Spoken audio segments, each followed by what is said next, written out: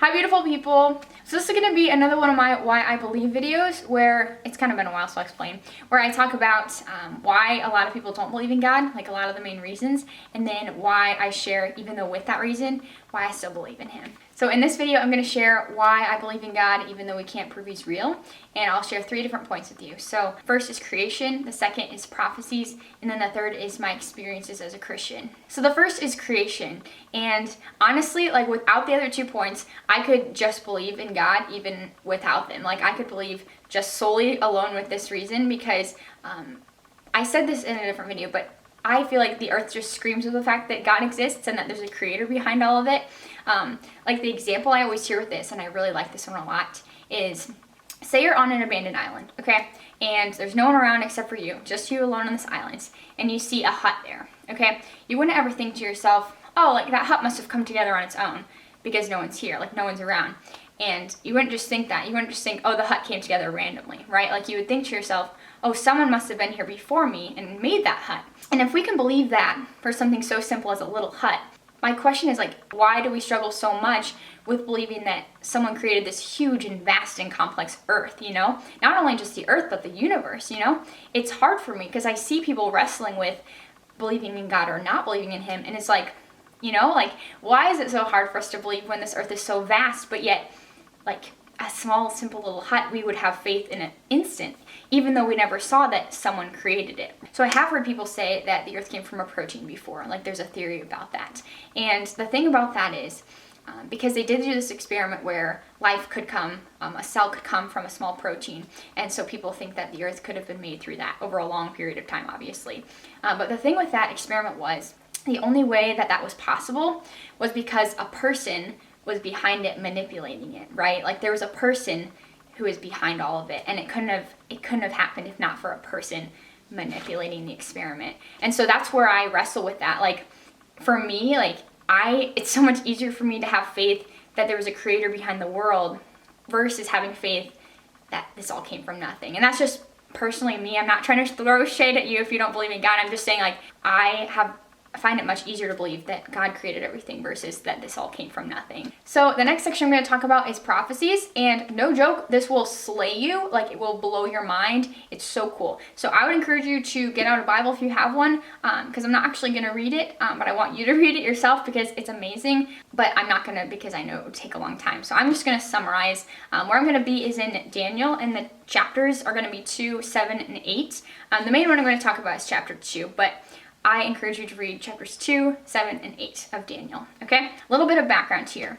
Daniel was a prophet in the Old Testament, and prophets were basically these people that God chose, like specifically chose them to be mediators between Him and His people. And so He would talk through these people and communicate different things He wanted them to know, like if they needed to correct a behavior they were doing wrong, like He told them that. Or a lot of times He spoke hope to them because the Jews were under a lot of different really oppressive kingdoms and just empires, and so God wanted to speak hope to them, like, hey, this kingdom won't last forever, like, trust in me, like, I will rule forever.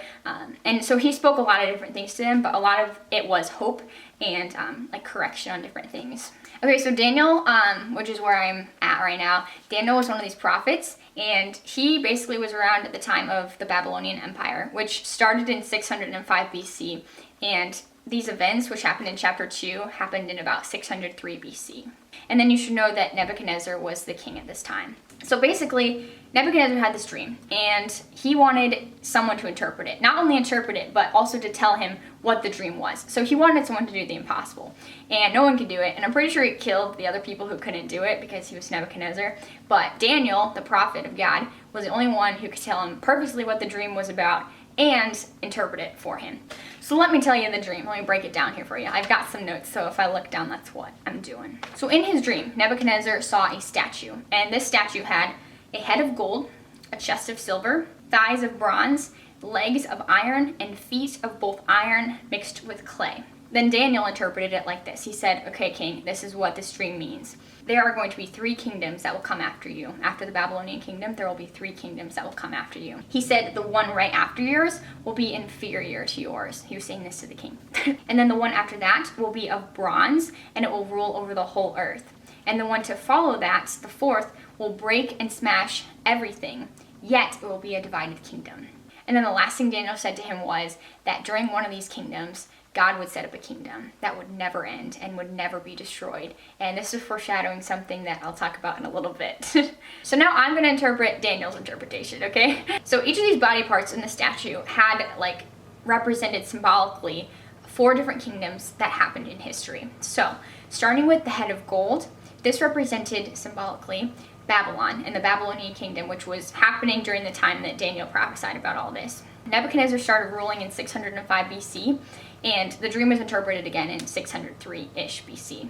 The second part of the statue was the chest of silver, and this represented symbolically the kingdom that would come up after Babylon, which was the Medo-Persian kingdom. They conquered Babylon in 539 BC, and Daniel said in the dream that they would be inferior to Babylon. And so not only is silver inferior to gold, like think of metals, but the kingdom of the Medo-Persian kingdom, they were inferior to the Babylonian kingdom. So him saying that, that's historically accurate. Like you can Google everything I'm about to say and you will see that they were inferior to the Babylonians. The next part of the statue was the thighs of bronze, and this represented the Greek kingdom.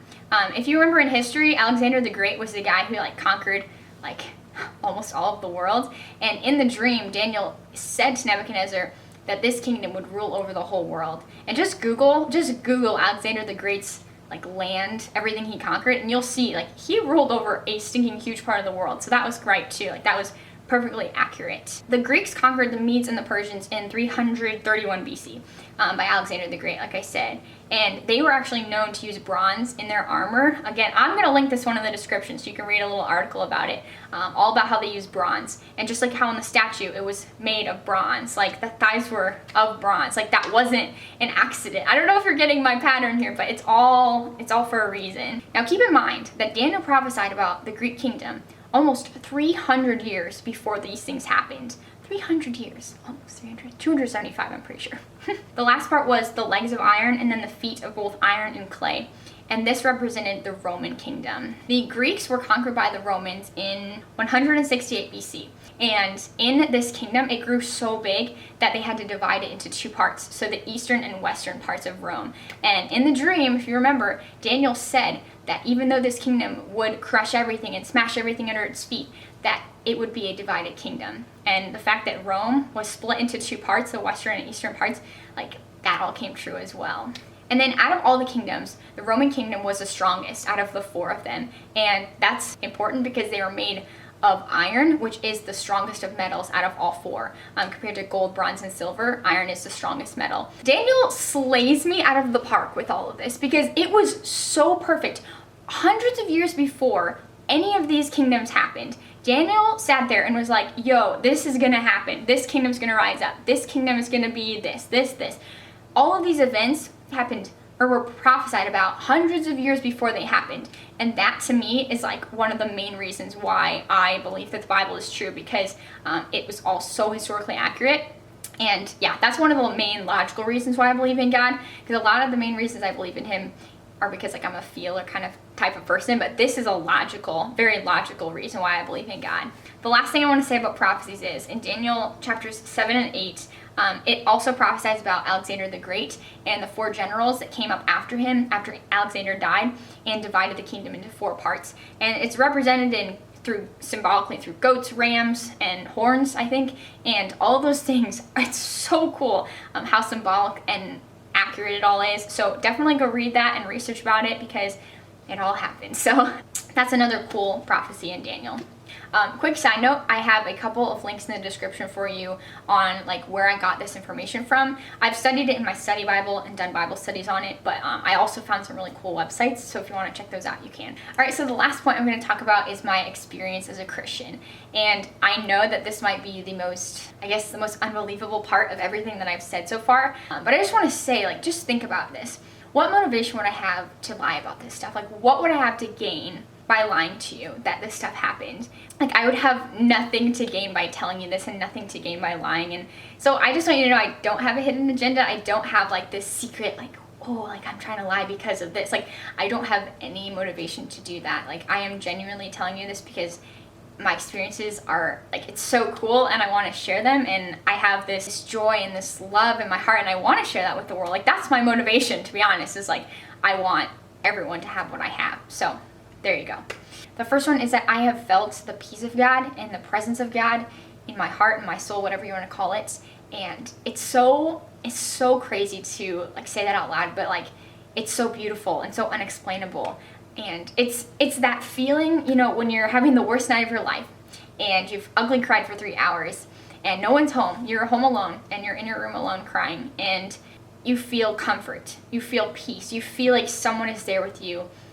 You feel like you're not alone, and you feel this peace inside of you that is so incredible and incomprehensible and unexplainable. Like I said, that is what's called the Holy Spirit, and that's God living inside of me. And I have been praising God, like praying praises to Him or like worshiping Him in song, and felt this beautiful, beautiful sense that He is inside of me. And like, I know that sounds insane. I know it sounds weird, but it is true and it is beautiful. The second one is that God answers prayer. Like, I have seen God answer prayers in amazing ways. When my dad was super sick with a super bad bacterial infection, God healed him of that. Not a lot of people know this, but right during the time that my dad got sick, I was wrestling with prayer. Like, I did not think that God even could answer prayer. Like, why would God want us to pray to Him if He knows what's going to happen? Like, He knows everything. Why would He want us to pray? He knows what's going to happen. Right during that time was when I was struggling with that. That's when my dad got sick. That's when I saw God answer that prayer. Like, do you think that was an accident? I don't. So that is why I believe in God. Those are the 3 reasons. I know it might sound crazy if you don't believe in Him, but I can just ask you, I guess, and encourage you to just come. Just taste and see. That's what the Bible says, is come, taste and see that the Lord is good. Come, taste and see what everyone is talking about. Come, taste and see why I've completely given up my life to follow someone who lived so long ago. Like, just come. That's what I invite you to do. This is the part normally where I read a Bible verse, but I'm going to switch it up today a little bit and read some song lyrics for you. So this is a song by Hillsong. I just said the word song like 10 times, but anyways, these are the lyrics. They go, "We have found our hope. We have found our peace. We have found our rest in the one who saves." Have a great day and know that you are so loved and so beautiful. We have found our hope. We have found